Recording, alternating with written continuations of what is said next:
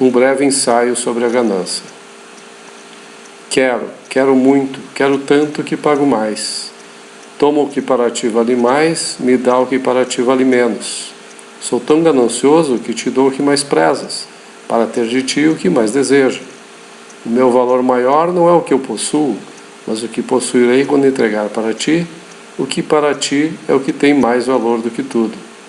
Desejos, ganâncias, valores, trocas, felicidades, livres mercadores, atrás de um valor maior para si, criam um valor maior para todos. E por que tanta ganância para acabar com a ganância? Mas o que é ganância senão a simples vontade de obter o que entendemos ser desejável para satisfazer a nossa vontade de experimentar ou possuir algo? Todos queremos experimentar sensações, consumir ou possuir coisas, úteis ou fúteis, acumular para uso presente ou futuro, é da nossa natureza. O exercício da ganância em uma sociedade capitalista nos leva a empreender, criar, produzir, construir para trocar pelo que se deseja, pelo que não se possui ainda, pelo que não se possui em quantidade suficiente para a nossa satisfação.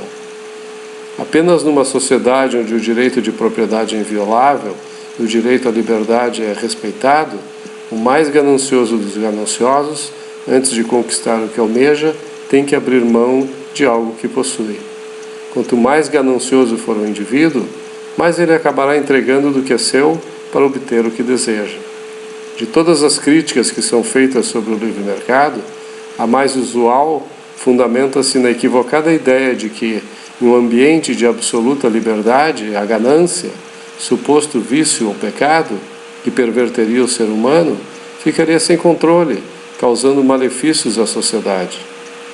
Em um ambiente de absoluta liberdade e respeito à propriedade, a ganância de uns será contida pela ganância de outros, estabelecendo assim, através do mútuo desejo de satisfação de vontades, seus devidos limites. Em toda troca voluntária, a ganância está presente dos dois lados na negociação, e esta será atendida apenas quando as partes entregarem para o outro o que este considerar valor superior àquilo que terá que dispensar.